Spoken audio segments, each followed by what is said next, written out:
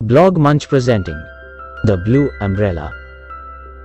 यह कहानी है उत्तराखंड के एक छोटे से गांव में रहने वाली बिंदिया की, जो अपनी माँ और भाई के साथ एक छोटे गांव में रहती थी। उसके भाई का नाम बीजू है। वे बेहद सादा जीवन व्यतीत कर रहे थे। पिता की मृत्यु पहले ही हो चुकी थी। कुछ जमीन और कुछ गायें थी, जिसमें उनका कुछ गुजर बसर चल जाता था। एक दिन गायों को घर ले जाते समय बिंदिया को कुछ लोग पिकनिक मनाते हुए दिखाई दिए, जिनके पास एक बहुत ही सुंदर नीली छतरी थी, जिसने बिंदिया के मन को मोहित कर लिया। उनमें से एक महिला ने बिंदिया के गले में एक बाघ का नाखून लटका हुआ देखा। गांव के लोग इसे सौभाग्य के प्रतीक के रूप में गले में पहनते हैं। जब उसने बिंदिया से उस बाघ के नाखून को खरीदने का अनुरोध किया, तो बिंदिया ने उसके बदले में वह नीली छतरी मांगी।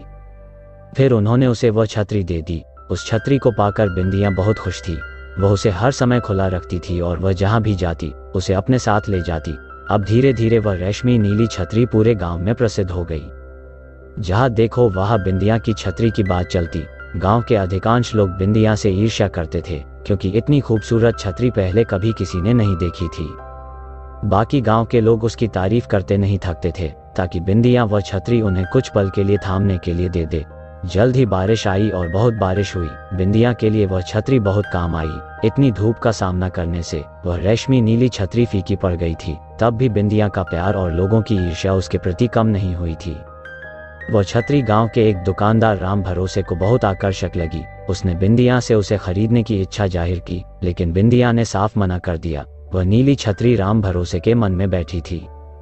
बारिश के समय स्कूल बंद थे। राम भरोसे ने दूसरे गांव के एक लड़के को मदद के लिए अपनी दुकान में काम पर रखा था। उसका नाम राजाराम था। राजाराम एक छोटा चालाक लड़का था। जब उसे छतरी के प्रति राम भरोसे के मोह के बारे में पता चला, तो उसने राम भरोसे को कहा, मैं तुम्हें छतरी ला के दूंगा, बदले में तुम मुझे 3 रुपए देना। मौका पाकर उसने बिंदिया की छतरी चुरा ली। उसके हाथ बीजू के पैर में गिर गए। जब बीजू ने पूछा कि उसने ऐसा क्यों किया, तो उसने राम भरोसे का नाम लिया। उसने उसे धमकी दी थी कि छतरी चुरा कर लाओ, वरना उसे दुकान से बाहर निकाल देगा। सभी ने इसे स्वीकार भी किया, क्योंकि राम भरोसे का नीली छतरी के प्रति मोह जग जाहिर था। धीरे धीरे लोगों ने राम भरोसे पर भरोसा करना बंद कर दिया। उसकी दुकान की बिक्री बहुत कम हो गई। लोग दूर की दुकानों से सामान लेने लगे।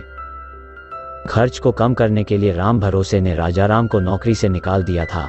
अब वह बहुत अकेला था और बहुत दुखी भी, क्योंकि कोई बिक्री नहीं हो रही थी। दुकान में कुछ भी नहीं था, कोई भी उसके पास नहीं आता था।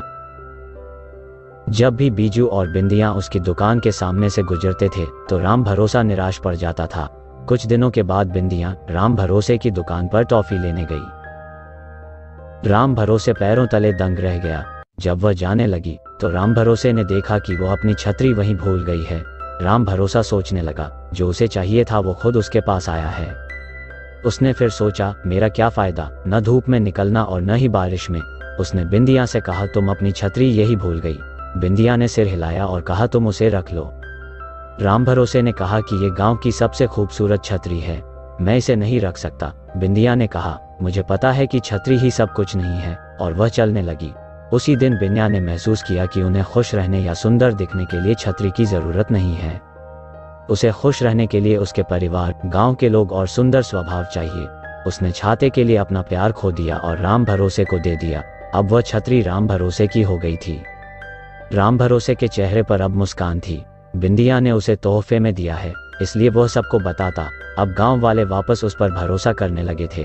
धीरे धीरे उसकी दुकान चलने लगी। अब जब भी बीजू और बिंदिया उसकी दुकान पर आते, तो वह उनकी चाय में दूध और शक्कर डाल देता। एक दिन राम भरोसे की दुकान की छत पर एक भालू आया, जो भोजन की तलाश में था। उसका एक नाखून टूट गया और उसकी छत पर ही रह गया। अगले दिन राम भरोसे ने उसके नाखून को चांदी के लॉकेट में फिट कर दिया और उस लॉकेट को चांदी की पतली चेन में डाल दिया। जब बिंदिया शाम को उसकी दुकान के पास से गुजर रही थी, तो उसने उसे बुलाया और बिंदिया को लॉकेट दे दिया। बिंदिया को यह बहुत सुंदर लगा। उसने कहा कि उसके पास इसे खरीदने के लिए पर्याप्त पैसे नहीं है।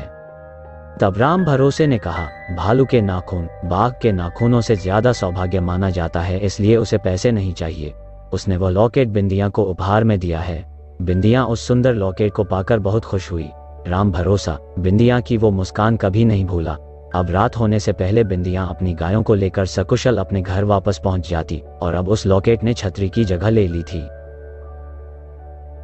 यह कहानी हमें सिखाती है मनुष्य में त्याग, इंसानियत और दयालुता जैसी भावना होनी चाहिए। जैसे राम भरोसे की खुशी के लिए बिन्या ने अपना छाता त्याग दिया, यह बदले में उसे अधिक सुखद और मिलनसार व्यक्ति बनाता है। दयालुता का एक सरल कार्य वास्तव में जीवन को बदल सकता है। तो ये थी द ब्लू अम्ब्रेला। आशा करते हैं आपको यह कहानी पसंद आई होगी।